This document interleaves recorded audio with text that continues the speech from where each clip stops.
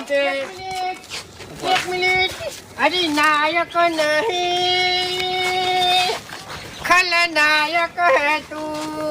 रंग बरसे भीगे चुनर वाली रंग बरसे